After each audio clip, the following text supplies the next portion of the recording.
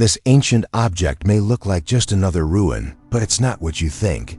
Because science can't explain how it got here, who built it, or why it even exists at all. Across the globe, buried beneath centuries of earth, ice, and forgotten history, are structures and artifacts that simply should not be possible. Temples carved with laser-like precision long before metal tools were thought to exist. Weapons forged with techniques we still struggle to replicate. Cities aligned perfectly to the stars, built by cultures we barely understand. These aren't myths, they're real. And they've left the world's leading scientists and archaeologists without answers. For every explanation offered, a dozen new questions emerge. The deeper we dig, the stranger it gets. Because the more we uncover about our past, the more it seems we've lost something critical. From mysterious stone spheres embedded in rock billions of years old, to skeletons that don't fit the human family tree. Today we're diving into 8 archaeological discoveries that science can't explain. And that might just change everything. We thought we knew about the story of humanity. If this ancient site wasn't made by who we think it was, or when we think it was, then everything we believe about the origins of our world might be wrong. Because these aren't isolated anomalies. They're patterns, recurring evidence scattered across continents and time periods that point to something missing from our history. If our timeline is off by even a few centuries, it calls every assumption into question: who we were, how we evolved, and what we were once capable of. Civilizations we thought were primitive may have possessed knowledge we've lost. Technologies we think are modern may have been discovered and forgotten thousands of years ago. These unsolved mysteries don't just challenge individual theories. They threaten to rewrite the entire foundation of human history. And the silence around them speaks volumes. The Sacsayhuamán walls, a megalithic puzzle that defies explanation high in the Peruvian Andes, just above the ancient city of Cusco, stand. The remnants of a structure that has baffled researchers for generations. At first glance, the Sacsayhuamán walls resemble a typical ruined mass of stones stacked in defensive lines. But a closer look reveals something far more complex. These stones are not just large, they are some of the heaviest ever used in ancient construction, with some blocks weighing more than 200 tons. They were carved, transported, and set into place with a precision that, even today, raises more questions than answers. Sacsayhuamán is commonly attributed to the Inca Empire, which flourished between the 13th and 16th centuries. According to historical records, the site was constructed under the reign of Pachacati, the emperor also associated with Machu Picchu. The structure once formed part of a larger ceremonial and military complex, positioned to overlook Cusco, the empire's capital. But despite the records, the construction techniques involved still remain largely unexplained. What makes the Sacsayhuamán walls so extraordinary isn't just their scale, it's their precision. The stones were cut and shaped in a way that allows them to interlock perfectly, without the use of mortar. These are not simple rectangular blocks. Each stone has been individually contoured to fit exactly into the stones surrounding it, forming complex joints and angles that resemble pieces of a three-dimensional puzzle. The fit is so tight that in many cases, not even a blade of grass or a razor blade can slide between them. This level of stonework is rare, even in modern masonry. The labor, planning, and skill required to shape each stone to match its neighboring surfaces, especially on such a scale, would be significant with modern equipment. But the Inca, as far as current archaeological consensus goes, had no iron tools, no pulleys, and no wheels. Their known tools consisted of stone hammers, bronze chisels, and wooden levers. And yet, they moved stones the size of buses across rugged, mountainous terrain and assembled them with mathematical precision. The nearest limestone quarry is believed to be several kilometers away from the site. Some stones may have been sourced from even farther afield. How these multi-ton blocks were transported across steep hills and valleys remains one of the central mysteries. The most widely accepted theory is that thousands of workers hauled them using ropes and rolling logs. But even this explanation leaves gaps. Many of the stones are irregular in shape, making them unstable and difficult to roll or drag. Others are so massive that even with modern cranes, moving them would be a logistical challenge. Once at the site, shaping the stones posed another hurdle. The surfaces are not just flat, they are often convex or concave, designed to absorb seismic shocks. Peru is a region prone to earthquakes, and Cusco itself has suffered multiple major quakes over the centuries. Colonial buildings constructed by the Spanish, using mortar and squared stones, frequently collapsed. The Sacsayhuamán walls, on the other hand, have withstood centuries of seismic activity with minimal damage. The Inca, or whoever built the walls, used a technique called ashlar masonry, which allows each stone to move slightly during an earthquake, only to settle back into place once the tremors stopped. In addition to their earthquake-resistant properties, the walls follow a unique zigzag pattern, stretching across three massive terraces that together resemble the shape of lightning, a symbol considered sacred in Andean cosmology. Whether this pattern served a defensive purpose, a symbolic one, or both, is still debated. Some researchers argue that the design would have helped deflect enemy attacks or absorb the impact of projectile weapons. Others believe it held ritualistic or astronomical significance. What complicates the narrative further is the oral history passed down through Andean cultures. According to local legends, Sacsayhuamán was not built by the Inca themselves, but by an earlier, now forgotten race of master builders. The Inca, according to these stories, merely inherited the site and repurposed it. This version of events challenges mainstream archaeology, which dates the construction of Sacsayhuamán to the 5th–10th century. But there are elements of the site that hint at a longer, more layered history. The lower walls, which consist of the largest and most finely fitted stones, differ noticeably from the upper tiers, which appear to have been built later using smaller stones and less precision.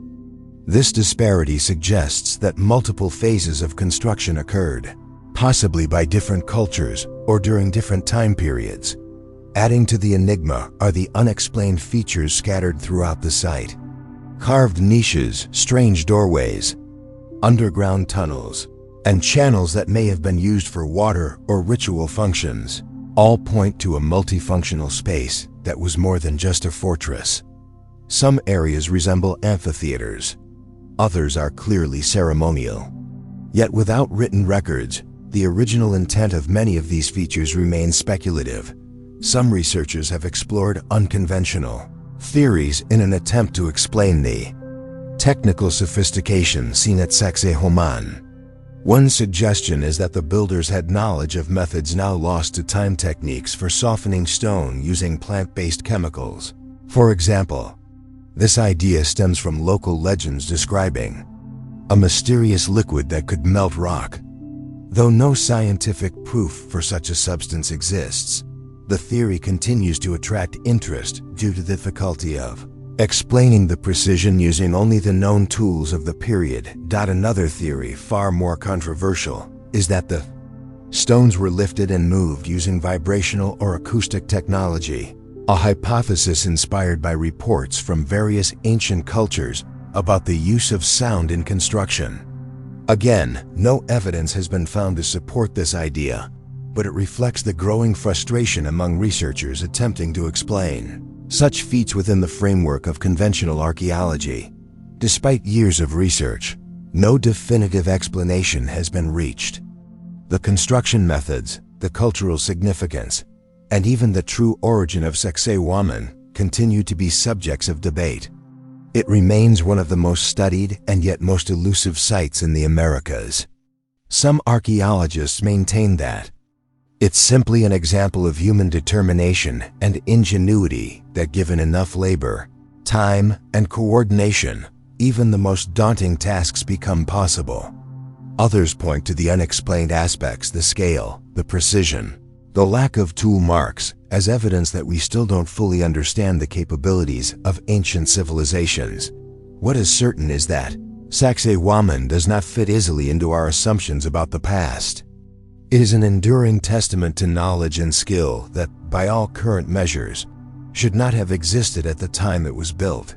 Whether it was created by the Inca alone, or by a forgotten civilization whose story has been erased by time, remains uncertain, but the walls remain silent, immovable, and defiant.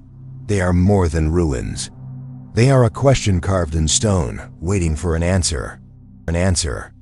The Ulfberht swords, a metallurgical mystery from the Viking Age in the hands of Viking warriors, nearly 1,000 years ago, existed a weapon that should not have been possible.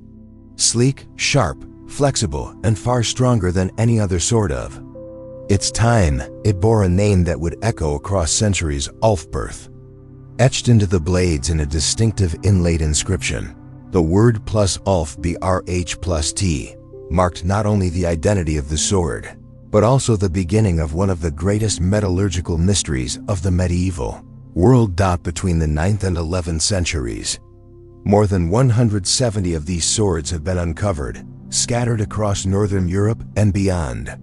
Though the Viking Age produced countless weapons, the Ulfberht swords stand apart. Their quality was so advanced that they have been likened not to the tools of medieval blacksmiths, but to modern high-carbon steel blades. At a time when most European swords were brittle, impure, and prone to snapping in battle, the Ulfberht was lighter, more flexible, and incomparably durable. The core of the mystery lies in the steel itself. The Ulfberht swords were made with a purity of metal that wouldn't be seen again in Europe for centuries. Most ironwork during the Middle Ages was produced through a method called bloomery smelting. This process, while effective, left behind slag fragments of non-metallic waste that made the final product rough and inconsistent. Swords forged in this way were functional, but flawed. Their blades often contained impurities, limiting their strength and reliability. The Ulfberht swords, however, tell a different story. Metallurgical analysis has revealed that the best of these blades were crafted using crucible steel, a type of metal that required heating iron to temperatures above 1,400 degrees Celsius, well beyond the capabilities of known European furnaces.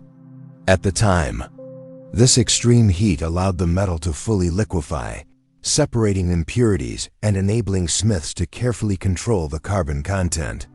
The result was a steel of exceptional quality, hard, resilient, and astonishingly consistent. Crucible steel was not known to exist in medieval Europe.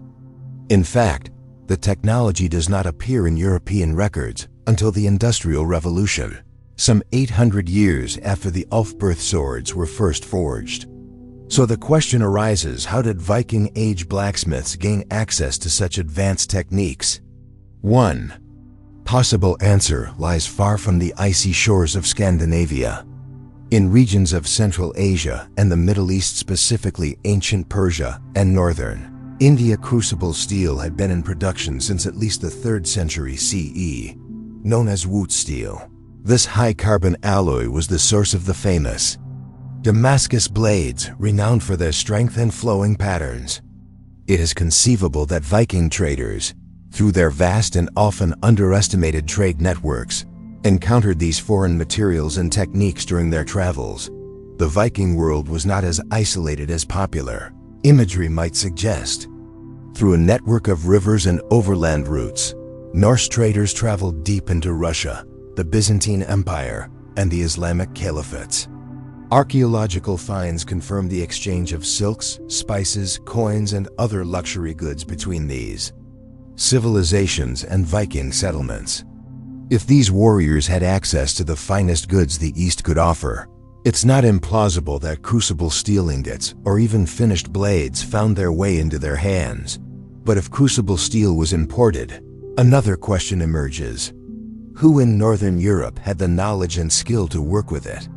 Forging crucible steel into a blade is not merely a matter of access.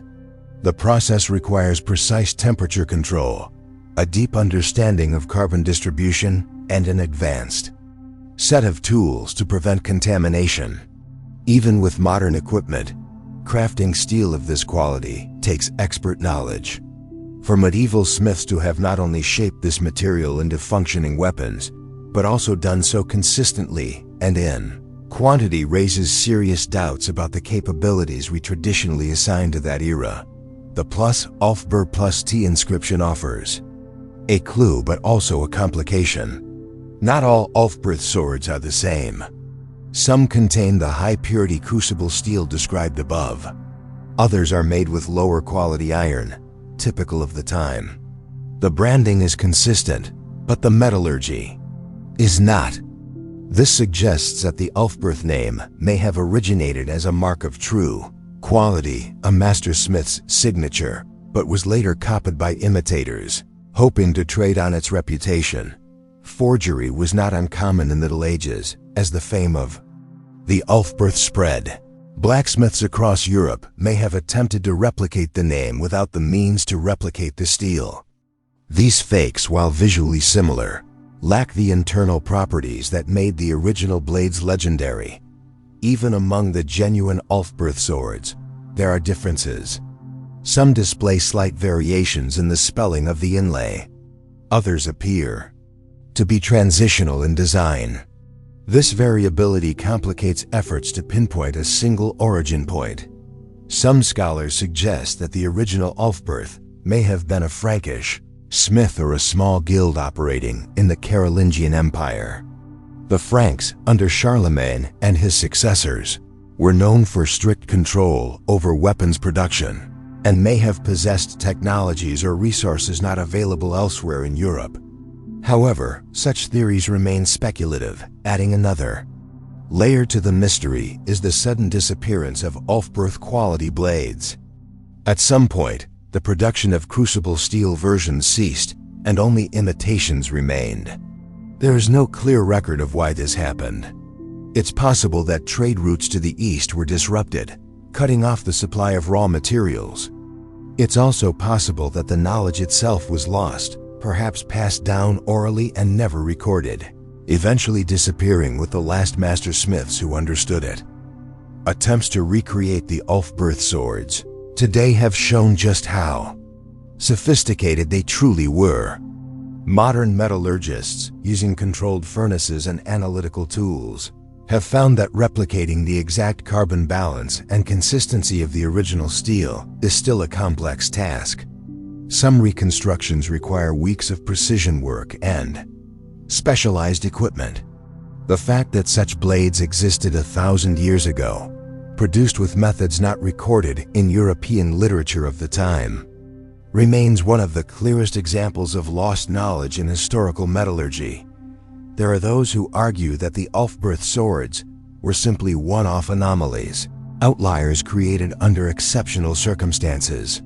But the number of authentic blades discovered and their geographic spread suggests otherwise. These were not isolated curiosities.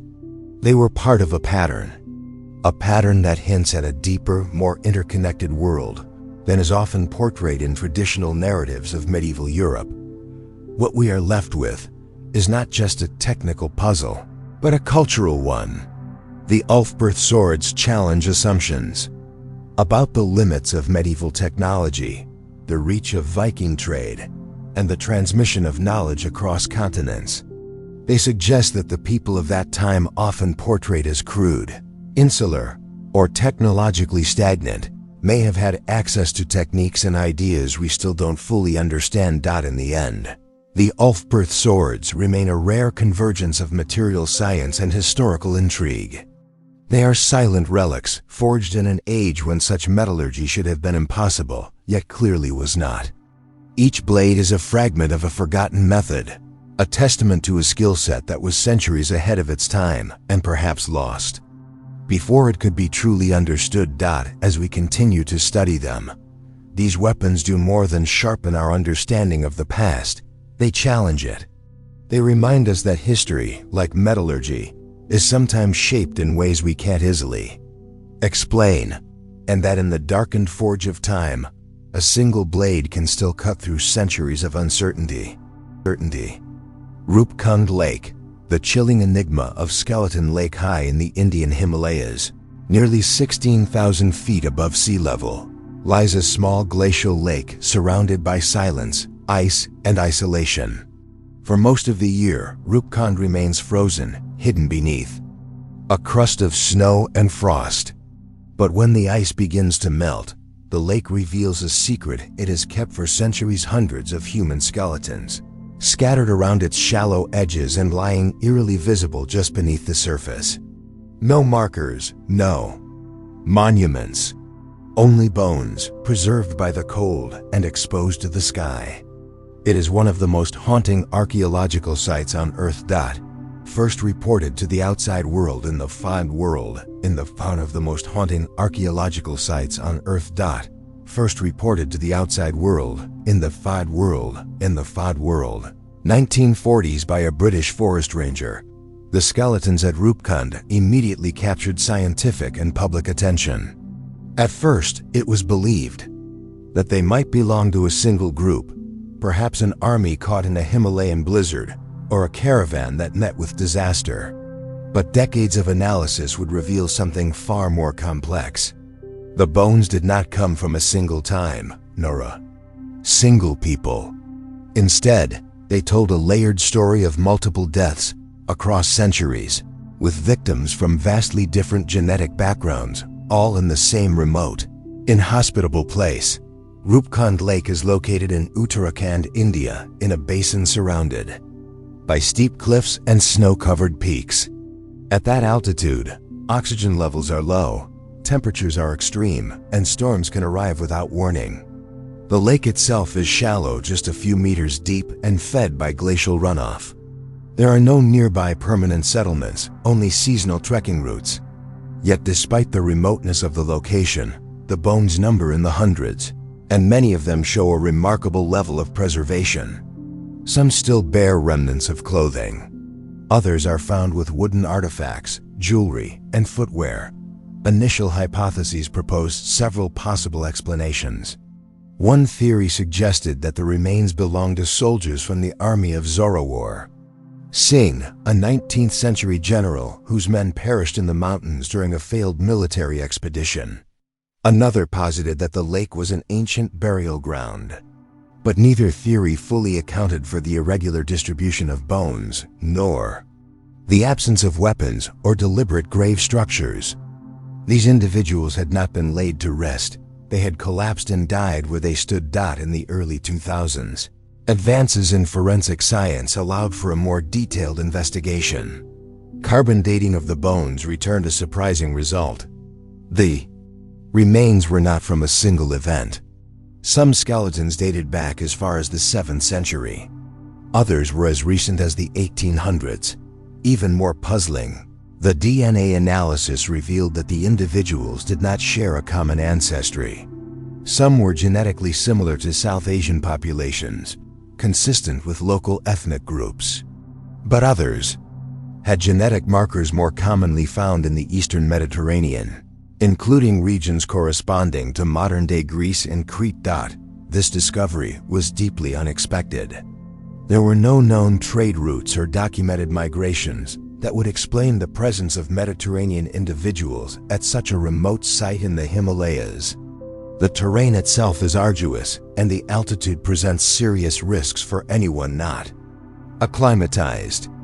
That people from such distant lands ended up at Rupkund separated by centuries and thousands of kilometers raises questions for which no easy answers exist. But it was not just the diversity or the dating that made Rupkund unusual. The cause of death offered another disturbing clue. Many of the skulls bore identical injuries, deep, round fractures on the top of the cranium. These were not consistent with weapons, animal attacks, or even falls. Instead, they suggested blunt trauma delivered from directly above with surprising force. There were no wounds on the body's lower limbs or torsos. Only the heads had been struck. The forensic team considered the nature of the injuries. Their conclusion was as strange as it was specific. These people had died from hailstones. Massive, solid ice balls, likely larger than a cricket ball, falling from the sky during a sudden and violent storm. The idea may sound implausible, but meteorological records confirm that hailstones of this size, though rare, can occur especially in mountainous regions where weather patterns shift rapidly. A group caught in the open, with no shelter, would have had little chance to escape. The hypothesis matched with an ancient legend still told in the surrounding villages. It speaks of a king and his entourage who embarked on a pilgrimage through the mountains. They were said to have offended the goddess of the region by acting disrespectfully in a sacred place. In retaliation, she rained down hard round stones from the sky, killing them all. For generations, this was considered myth. But now it appeared the story may have preserved a memory of a real event, one that occurred so long ago. It had been transformed into folklore. This alignment between oral tradition and scientific evidence is rare. It suggests that at least in one case, Rupkund Lake may have been the site of a religious journey gone fatally wrong. Pilgrimages to high-altitude shrines are part of long-standing traditions in the Himalayas, and even today, routes through the region are used during festival seasons. A miscalculation in timing, or a sudden change in weather, could have turned such a journey into tragedy, but the mystery is far from resolved. While the hailstorm theory might explain one group of skeletons, it does not account for the presence of others from different time periods and with unrelated ancestries. Why did multiple unrelated groups perish at this exact location, centuries apart? Was Rupkund a convergence point for ritual journeys, drawing pilgrims from far and wide over the course of hundreds of years? Or is there another explanation, one that has yet to be discovered? Some researchers have proposed that Rupkund Lake was part of a wider ancient network of mountain shrines, many of which are now lost. If the lake held spiritual significance, it could have attracted visitors from great distances. But this still does not explain the Mediterranean individuals, nor does it account for the complete absence of written records or stone inscriptions. Others have speculated that the site was used as a cremation ground, or as a place to leave the dead exposed in sky burials. Yet the physical evidence, no burn marks, no organized structure, contradicts this theory. Further complicating the matter is the site's extreme environment. The preservation of the remains owes much to the high altitude and freezing conditions. But these same conditions make excavation difficult. The terrain is treacherous, the weather unpredictable, and the thin air poses a risk to researchers. Every new discovery is slow, painstaking, and limited by narrow seasonal windows. In recent years, high-resolution mapping and drone surveys have begun to build a clearer picture of the site. But many of the bones remain in place, uncollected, embedded in the ice and sediment. Ethical concerns about disturbing human remains have also influenced how the site is studied. There is still much that cannot be known, not without further access, and not without solving the deeper question: why this lake? Rupkund remains, in every sense, an open case. It is a forensic puzzle layered with myth, biology, and environmental extremes. Each answer seems to bring with it a new uncertainty. How did Mediterranean people end up in the Indian Himalayas centuries ago? Why did they die in the same way, in the same place, as others who had no connection to them? And is Rupkund a unique anomaly, or part of a larger historical pattern that has been erased by time? What endures is the image itself, a frozen lake, hidden high in the mountains, where bones lie scattered like relics of forgotten journeys. No story written in stone. No tombs, no graves, just silence. The kind of silence that invites questions rather than answers. Rupkund Lake, often called Skeleton Lake, is more than a site of death.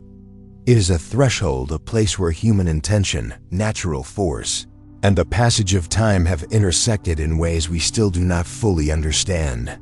Whether it holds the remnants of pilgrims, travelers, or something else entirely, it stands as one of the most compelling and unresolved archaeological mysteries of the modern era.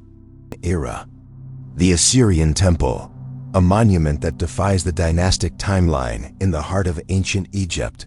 Tucked behind the more well-known Temple of Seti I at Abydos, lies a structure that quietly challenges everything we think we know about the chronology of Egyptian civilization. Known as the Osirion, it is not adorned with detailed hieroglyphs or the familiar iconography of the pharaohs. Instead, it is constructed of massive, unmarked granite blocks, some weighing over 60 tons, fit together with a precision that is as unsettling as it is impressive. The deeper one looks into the Osirion, the more this structure begins to diverge from the accepted architectural norms of its time. And with that divergence comes a question that has echoed for decades. Was the Osirion really built during the reign of Seti I, or did it exist long before the pharaohs ever laid claim to the land? The Osirion is located at Abydos, one of Egypt's most sacred ancient sites. Abydos was considered the mythological burial place of Osiris, the god of the underworld and rebirth. Seti I, the 19th dynasty pharaoh, constructed a grand temple at the site to honor Osiris and affirm his divine lineage. Attached to the rear of this temple, and partially beneath it, lies the Osirion. From the beginning, its placement has been peculiar. Most temples of this kind follow a logical layout, but the Osirion is sunken deep below the current ground level, as if it were not so much built by Seti as discovered by him and incorporated into his complex. Mainstream Egyptology holds that the Osirion was constructed during Seti's reign in the 13th century BCE, but this attribution rests primarily on proximity, not stylistic or structural similarity. In fact, the architectural contrast between the Osirion and Seti's temple is striking. The Temple of Seti I is detailed, decorated, and follows typical New Kingdom design: carved sandstone blocks, painted reliefs, and elaborate inscriptions chronicling the ruler's exploits. The Osirion, by contrast, is stark and megalithic. Its walls are made of colossal granite stones, roughly hewn, yet placed with a precision that requires no mortar. There are no inscriptions, no reliefs, and no signs of dynastic symbolism. It is as if the structure came from a different era entirely, one that did not share the aesthetic or linguistic habits of New Kingdom Egypt. The construction technique is perhaps the most puzzling aspect of the Osirion: the use of massive granite.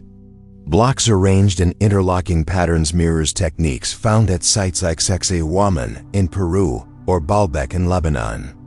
These are not typical Egyptian methods. Egyptian builders of the dynastic period worked primarily with limestone and sandstone materials more readily available and easier to shape. Granite, while used in select monuments and statues, was rarely the primary construction material for entire chambers or foundations. Moreover, the granite used at the Osirion would have come from quarries in Aswan, over 100 miles away. Transporting stones of this size across such a distance and setting them in place deep below ground level would have been a monumental task even with modern machinery. Yet the Osirion exists. Its construction required not only immense labor, but also a deep understanding of engineering. The pillars and lintels are aligned with remarkable precision. The site is also perpetually flooded, with water pooling around its lower levels year-round. Some scholars argue that this flooding is accidental, the result of a rising water table over thousands of years.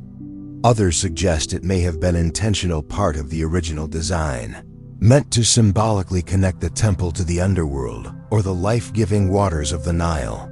If true, it would further imply a level of environmental planning far ahead of its time. The fact that the Osirion lacks any dynastic inscriptions has opened the door to alternative interpretations. Many researchers have noted that Egyptian temples almost always bore the names of their patrons, deities, and kings. This wasn't just religious, it was political. Inscriptions served as a declaration of divine authority. The absence of such. Markings on the Osirion has led some to believe that Seti I did not build it, but instead found it, restored it, and added his own temple alongside it. In this view, the Osirion is not a new kingdom construction, but a relic from a much earlier and largely undocumented phase of Egyptian history. This possibility is not without precedent. There are other examples in Egypt where older structures were reused or reinscribed by later dynasties. However, the Osirion stands out because its construction style does not align with even the Old Kingdom, which produced the pyramids at Giza and other massive stoneworks. The megalithic design of the Osirion appears even more archaic, almost out of place within the Egyptian canon. Egyptian mythology itself speaks of a time before the dynasties, a mythical era known as Zep Tepi, or the first time when gods and semi-divine beings ruled the land. While traditionally interpreted as myth, some researchers have proposed that Zep Tepi could be a cultural memory of an earlier civilization, one lost to time. If such a civilization existed, it might help explain not only the Osirion but other anomalies in Egypt's archaeological record structures that seem more advanced or older than they should be. Of course, these interpretations remain controversial. The majority of Egyptologists maintain that the Osirion was built by Seti I, pointing to the stylistic similarities of certain elements within the temple complex and the lack of direct evidence for an earlier builder. But the debate is far from settled. The absence of inscriptions, the architectural deviation, and the megalithic construction continue to raise valid questions. The Osirion is not the only site in Egypt that defies easy classification. The Valley Temple at Giza, for example, also features large granite blocks placed with mortarless precision, and some have suggested that it too may predate dynastic Egypt. These outlier structures, though few, suggest the possibility of a deeper architectural lineage, one that has left few traces but monumental clues. What makes the Osirion particularly compelling is its context. It is not an isolated monument hidden in some forgotten corner of the desert. It lies at the center of one of Egypt's most sacred ancient sites, beneath a royal temple, in full view of religious and political power.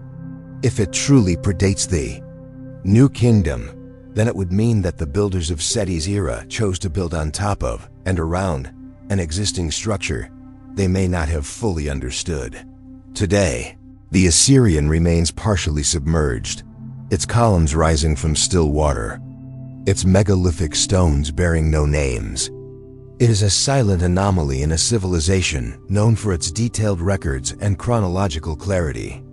And in that silence, it raises a series of uncomfortable possibilities that parts of Egypt's history have been lost, that our understanding of ancient timelines is incomplete, and that the builders of the Osirion, whoever they were, possessed capabilities that continue to elude explanation. As the study of ancient engineering, archaeoastronomy, and early civilizations advances, structures like the Osirion gain new relevance. They force us to confront the limitations of the historical model and invite us to ask whether the stories told in stone might predate the stories told in script. Until definitive evidence emerges, the Osirion remains what it has always been: an architectural outlier, a puzzle of granite and geometry, standing in quiet defiance of our expectations. Whether it was built by pharaohs or forgotten engineers, it remains one of the most enduring mysteries beneath the sands of Egypt. The Klerksdorp spheres, an ancient enigma encased in stone deep beneath the surface of South Africa, buried within layers of rock over 3 billion years old. A series of small, metallic spheres have captured global attention not for their size or composition, but for what they might represent. These objects, now known as the Klerksdorp spheres, have become the center of a quiet but persistent controversy. On one side are geologists who argue that the spheres are natural formations, oddities of geology, but explainable within the boundaries of science. On the other are those who propose something more radical, that these artifacts may be the product of intelligent design, created long before any known civilization. or even before humans existed at all. The story begins in the mining town of Ottosdal in South Africa's northwest province. While extracting pyrophilite from Precambrian strata in the Wonderstone mines, miners began to find peculiar objects embedded within the rock. Most were small, typically no more than a few centimeters in diameter, and metallic in appearance. But what set them apart was their shape and construction. Many were nearly perfectly spherical, while others had fine, etched grooves running around their equators. Some appeared to be composed of a layered shell surrounding a fibrous or spongy core. The host rock from which these spheres were extracted is estimated to be around 3 billion years old, formed during the Archean Eon, when the Earth's crust was still young and multicellular life had yet to evolve. This fact alone propelled the Klerksdorp spheres into a realm beyond typical geological curiosity. If these objects were indeed artificial, manufactured in some form, then they would challenge the entire timeline of life and civilization on Earth. Scientists at the time responded with skepticism. Initial examinations suggested the spheres were made primarily of hematite or pyrite, both common iron-based minerals found in metamorphic rocks. Their symmetrical shapes, geologists argued, were likely the result of concretion, a process in which mineral matter precipitates around a nucleus, forming rounded, often spherical shapes over long periods of time. The grooves could be explained as natural striations, created by variations in sediment or compression as the rock formed. Yet, the spheres were unlike typical concretions in several ways. The grooves on many specimens were unusually uniform, appearing deliberate rather than random. And the distribution of the grooves, often concentric or equatorial, added to the appearance of intentional design. Some samples displayed a high degree of surface polish, which critics of the natural formation theory argued was difficult to reconcile with known geological processes. Others exhibited signs of internal structure, such as layered interiors or distinct cores, which seemed to mirror engineered objects rather than mineral accidents. In the 1980s, the Klerksdorp spheres began to receive international attention. Articles and books within fringe science circles began to speculate that the spheres were OOP-arts, out of place, artifacts, objects that don't belong in the historical or geological context in which they are found.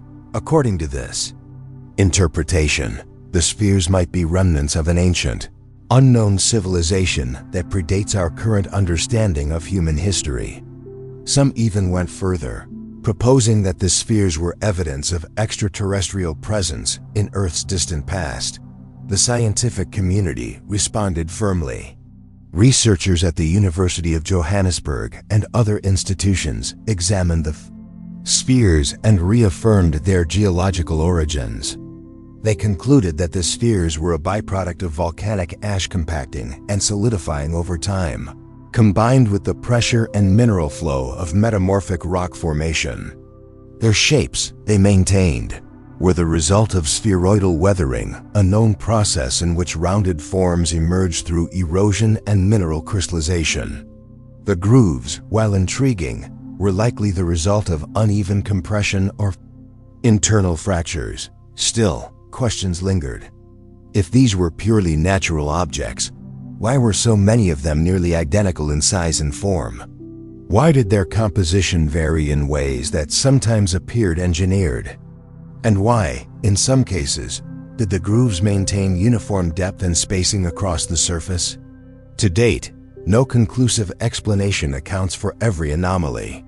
While most geologists maintain that the spheres are entirely natural, a small but persistent community of researchers and theorists continues to investigate the possibility that the objects were shaped, at least in part, by forces other than geology. Further complicating the matter is the lack of widespread access to the spheres themselves. Many specimens are held privately or kept in local museums with limited scientific documentation. The South African Museum of Klerksdorp reportedly houses several, but peer-reviewed studies based on in-depth physical testing remain rare. Without large-scale analysis, the debate remains suspended, anchored more in interpretation than evidence. Age of the surrounding rock remains uncontested. At 2.8 to 3 billion years old, the strata predate not only human beings, but most multicellular life on Earth. During this period, the planet's atmosphere lacked significant oxygen, and life was limited to simple single-celled organisms. No known culture or civilization could have existed at this time. From a scientific perspective, the notion that anything resembling advanced intelligence could have left behind metallic artifacts embedded in such ancient rock is virtually impossible. And yet, the Klerksdorp spheres exist. Their symmetry, their grooves, and their placement within geological layers that stretch beyond the limits of human history continue to provoke curiosity. In this way, the mystery is less about the objects themselves and more about the limitations of our frameworks for understanding them. Are they anomalies of nature, crafted by time, pressure, and chemistry in ways we have yet to fully grasp? Or are they clues, indicators of processes or phenomena that lie outside our current scientific reach? Some have drawn parallels to other geological oddities that were once misunderstood. The fairy stones of Canada, the Moki marbles of Utah, and even fossilized concretions elsewhere in Africa all share features that could be described as unnatural in appearance. In time, as techniques improved and understanding deepened, these objects were reclassified and incorporated into the larger map of geological phenomena. The Klerksdorp spheres, it's argued, may follow a similar path, appearing mysterious only because their formation is less commonly observed, but others remain unconvinced. To them, the spheres represent not just a geological curiosity, but a philosophical challenge. If even one of these objects were proven to be artificial, it would demand a re-examination of the early history of Earth and possibly a reconsideration of humanity's place within it. For now, such conclusions remain speculative, but the tension between science and speculation continues to define the narrative surrounding these tiny metallic enigmas. Ultimately, the Klerksdorp spheres sit at the boundary between the explainable and the unknown. Whether they are simply rare examples of natural symmetry or something more intentional, they serve as a reminder that the Earth still holds secrets locked deep within its oldest layers, waiting for the right questions to be asked and the right tools to answer them. Until then, the spheres remain exactly where they began, embedded in ancient stone, silent, inert, and patiently unresolved. Asterisk. The Red Deer Cave People, humanity's unfinished story in the remote mountains of southwest China. Inside a cave named for the animals that once roamed the region, archaeologists uncovered remains that would quietly rattle the foundations of human evolutionary science. The site, known as Red Deer Cave, yielded partial skeletons of individuals who looked, in some ways, like modern humans, but in others, they did not. Their features were a mosaic, some primitive, others advanced, seemingly out of place in the timeline of known human evolution. The most unsettling detail, however, was their age.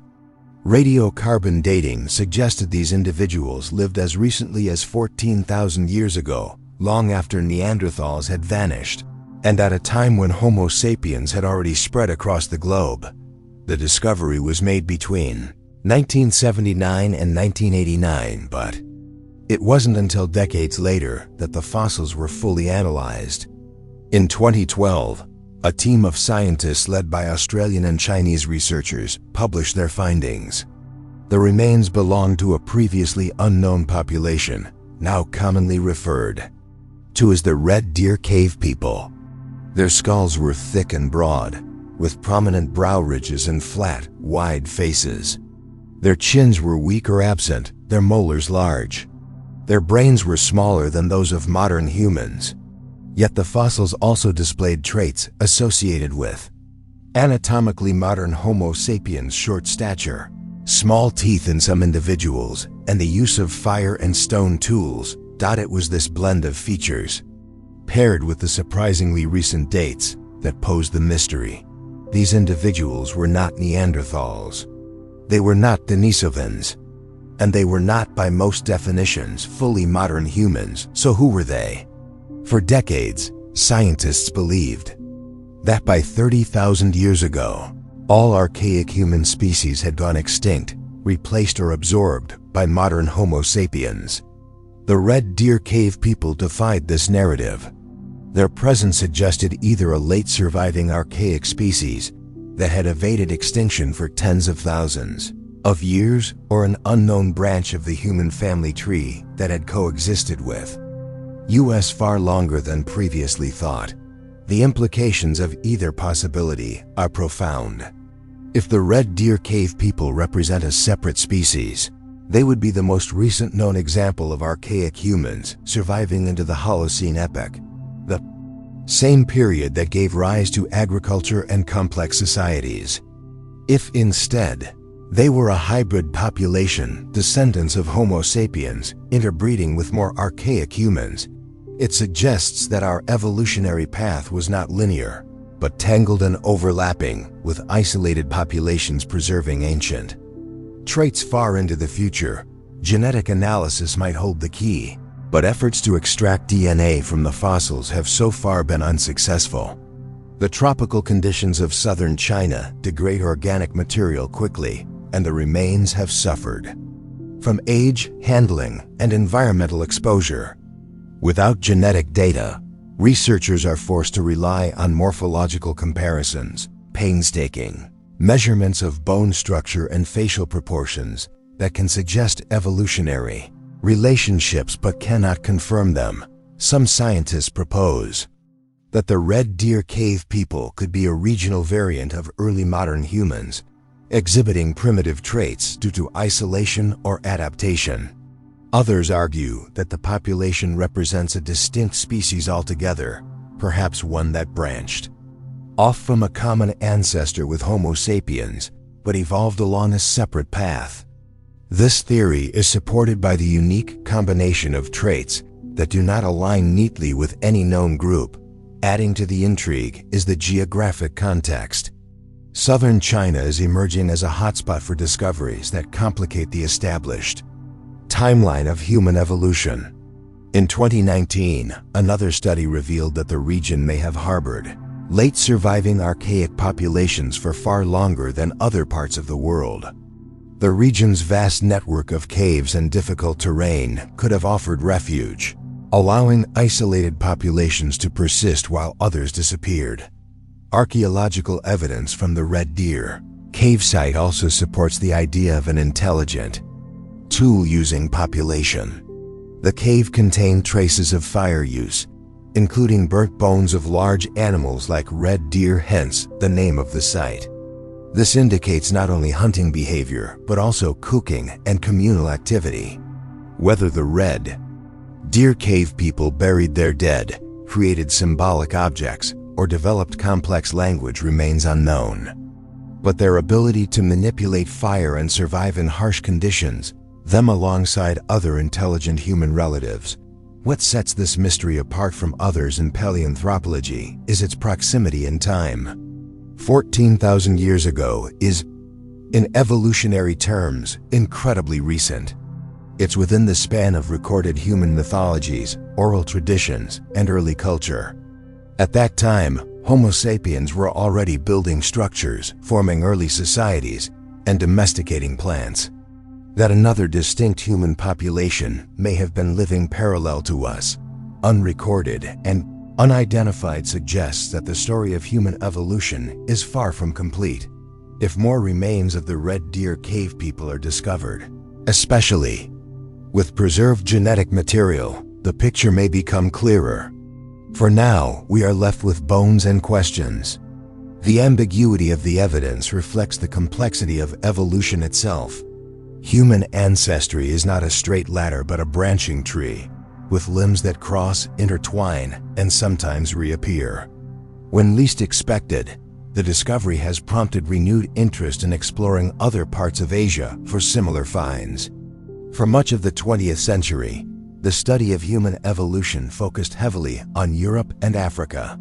But discoveries like the Red Deer Cave people and others, such as the Denisovans in Siberia or Homo floresiensis in Indonesia, suggest that Asia holds equally critical pieces of the puzzle. As we continue to examine these remains, one thing becomes increasingly clear. The narrative of human history is not a single path of progress, but a complex network of interactions, extinctions, and survivals.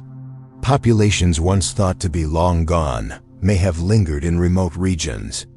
Others may have mixed with emerging groups, leaving no trace but a handful of skeletal features or genetic fragments passed down through time.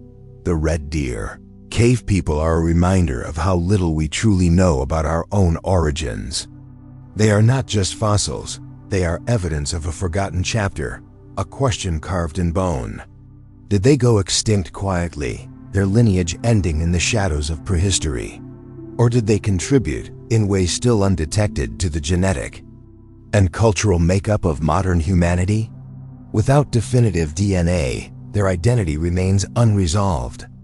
But in their ambiguity, they carry a message that continues to resonate. Human evolution was not simple nor complete. It was messy, diverse, and full of surprises. And somewhere in that story, tucked away in a cave high in the hills of China, the Red Deer Cave people remind us that we are still uncovering who we really are. The Cochno Stone, an ancient canvas of symbols we still don't understand, hidden for decades beneath layers of protective soil. In a quiet field near Clydebank, Scotland, lies one of the most extraordinary and least understood archaeological surfaces in Europe. Known as the Cochno Stone, this massive slab of sandstone stretches nearly 40 feet across and is covered with a dense constellation of carved symbols, spirals, concentric rings, keyhole shapes, radial patterns, and what appear to be stars or suns etched into stone thousands of years ago.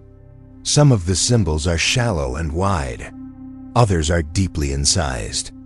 Together, they form a striking and deliberate composition, one that has drawn comparisons to maps, calendars, altars, and even messages from another world. Despite its size and visibility, the Cochno Stone was largely forgotten through the early 20th century. It had been documented in 1887 by Rev. James Harvey, who made drawings of its patterns and attempted to interpret their meaning. But as urban expansion threatened the site and vandalism increased, archaeologists took the unusual step of burying the stone in the 1960s. It remained sealed underground for over 50 years, unseen and unstudied, until a partial excavation in 2015 brought the mysterious markings back into public view. The carvings on the Cochno Stone belong to a broader tradition known as cup and ring marks, an enigmatic form of prehistoric art found across parts of Europe, especially in Britain, Ireland, northern Spain, and Scandinavia. These marks typically consist of shallow depressions, or cups, surrounded by one or more concentric circles, sometimes connected by radial lines or accompanied by grooves. While cup and ring marks can be found on standing stones, boulders, or vertical surfaces, the Cochno Stone stands out because of its scale, density, and complexity. More than 90 separate motifs have been identified on its surface, making it one of the richest examples of this prehistoric artistic tradition. Dating these symbols is difficult. Unlike organic artifacts, stone carvings cannot be radiocarbon dated directly. However, based on comparisons with similar sites, most scholars place the origin of the Cochno Stone's carvings in the Neolithic or early Bronze Age, around 4,000 to 5,000 years ago. This places them among the earliest known symbolic expressions. In Britain, older than Stonehenge, older than written language in the region, and possibly as old as the earliest settled farming communities in the area. But what do the symbols mean? This question has remained unanswered for more than a century. The theories range widely and span disciplines. Some archaeologists suggest that the carvings may represent a form of proto-writing of symbolic language that predates phonetic systems, but conveyed ritual, territorial, or calendrical information. Others believe the Cochno Stone may have served as a kind of sacred map, its symbols corresponding to constellations above or to landmarks in the surrounding landscape. The arrangement of certain spiral patterns has drawn comparisons to solar and lunar cycles, hinting at possible astronomical intent. One of the more compelling aspects of the stone is the precision with which many of the symbols are placed. Certain concentric rings are evenly spaced. Others radiate out from cup marks like ripples in water. The repetition of certain forms suggests structure, not randomness. At the same time, the patterns are not organized in a way that clearly reflects known alphabets or numerals. They straddle the line between abstract art and intentional code suggestive. But silent. In recent years, digital mapping has helped researchers visualize the stone in unprecedented detail. High-resolution 3D scans have captured the depth and curvature of every mark, allowing for virtual reconstructions and pattern analysis.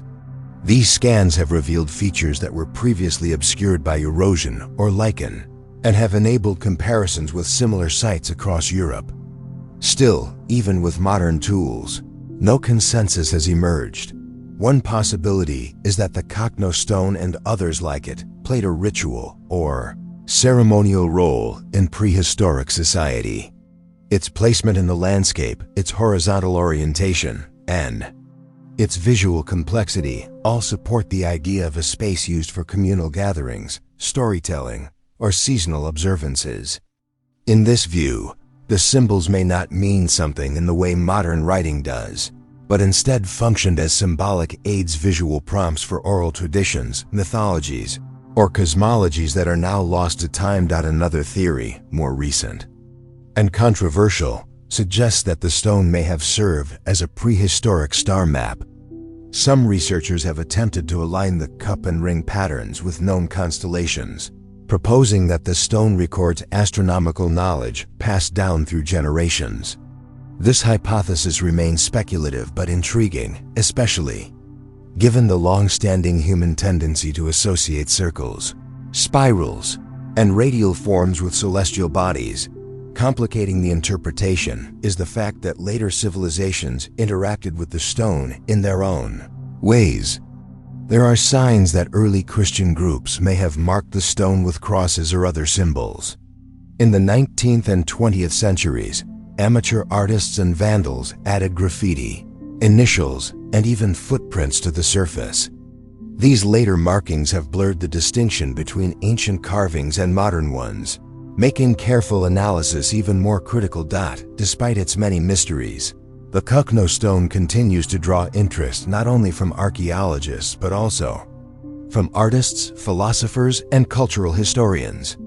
It embodies the persistent human urge to create meaning, to carve symbols into the landscape as a way of connecting with the world, with others, or with forces beyond understanding. Its survival, in spite of neglect, weather, and human interference, speaks to the enduring power of visual symbolism. There is no definitive answer to what the Cochno Stone represents. It may be a map, a ritual object, a teaching tool, or something else entirely. Its mystery is amplified by its age, but also by its silence. Unlike written texts or oral traditions, it provides no clear context, no accompanying narrative. It stands alone, its meaning etched in stone but suspended in time. As researchers continue to study the site, both in person and through digital tools, the Cochno Stone remains what it has always been, an ancient canvas of intention and imagination. Whether it encodes knowledge, reflects belief, or simply records the movements of its maker's hands, it connects us to a time before written history, when people expressed themselves in marks and patterns, confident that those who came after would understand, and yet we don't, not fully. Not yet. That gap between what was meant and what is now known is what makes the Cochno Stone one of the most enduring and quietly profound archaeological mysteries in Europe.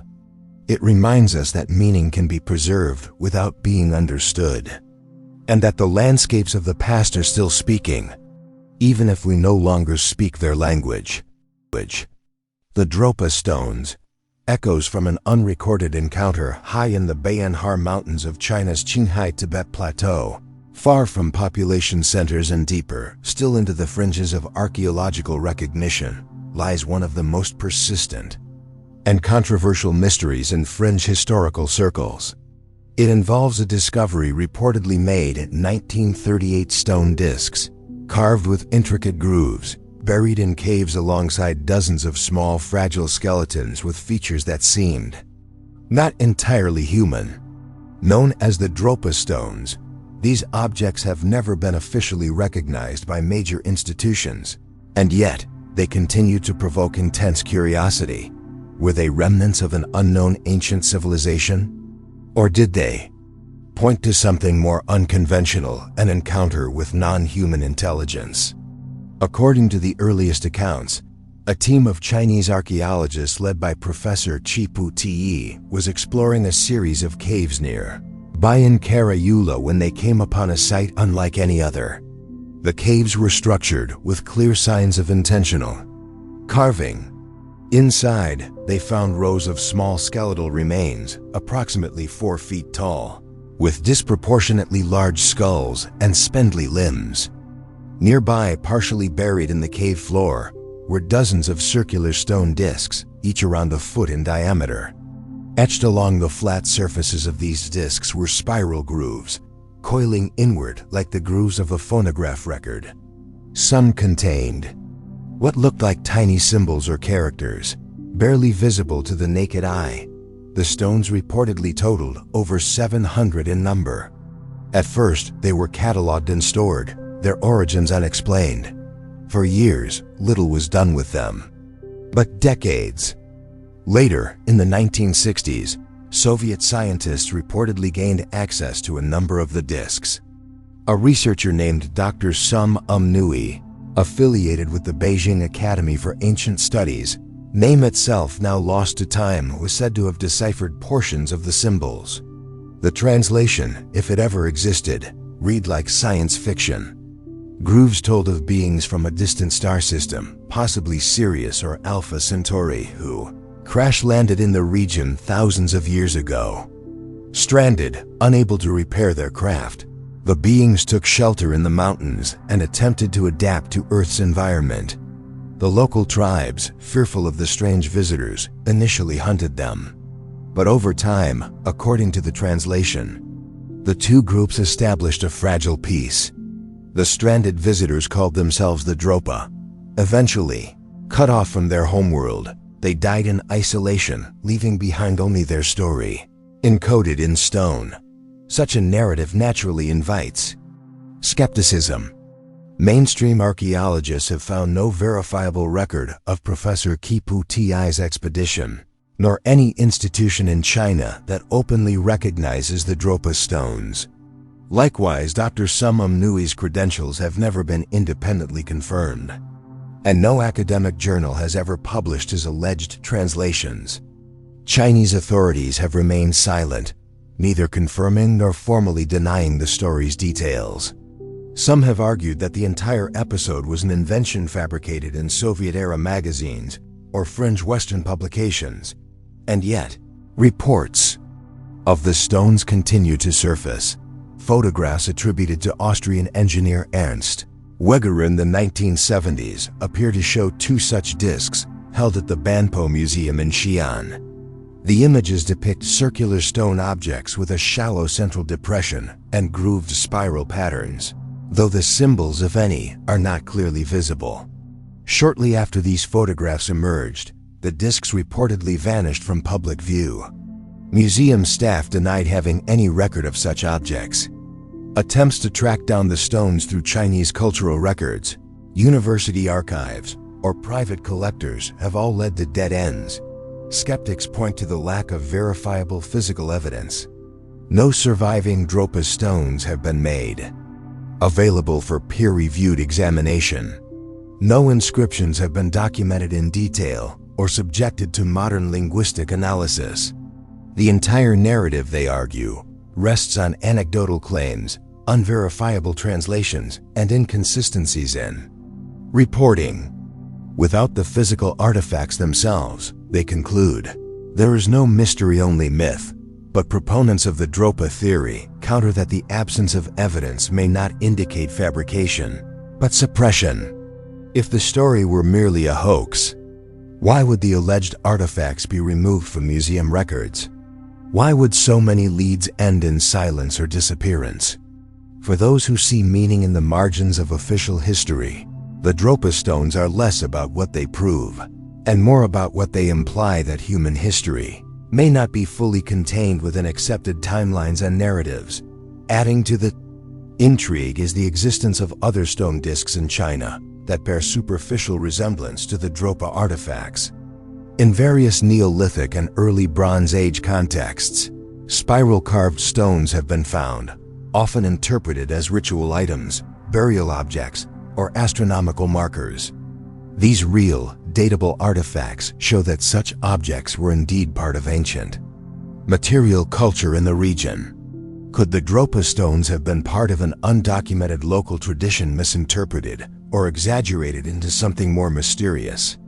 Or do they represent a genuine anomaly, removed from proper context and now lost to history? In the broader scope of ancient mysteries, the Dropa stones occupy a unique space. They are not universally known like the Nazca lines or the Sphinx. They do not have a physical location that can be toured or excavated today. Instead, they linger in the liminal zone between archaeology and folklore, between speculation and silence.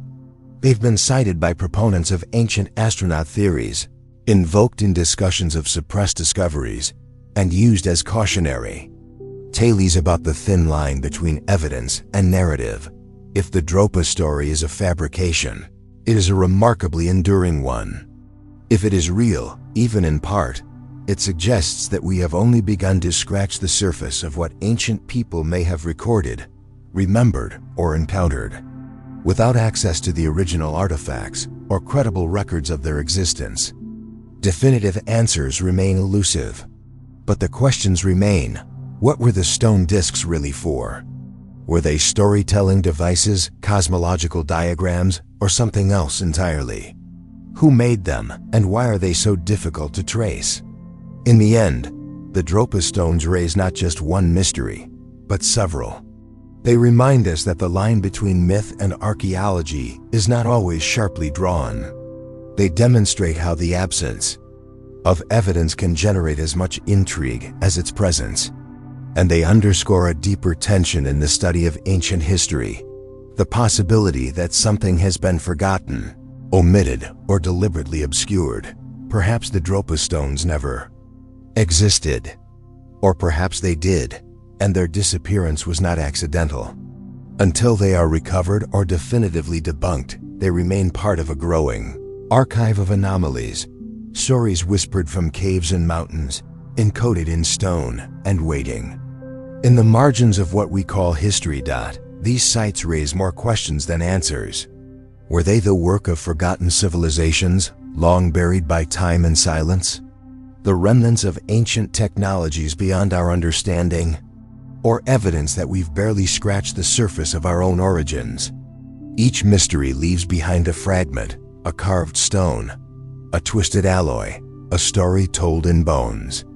But the full picture remains just out of reach.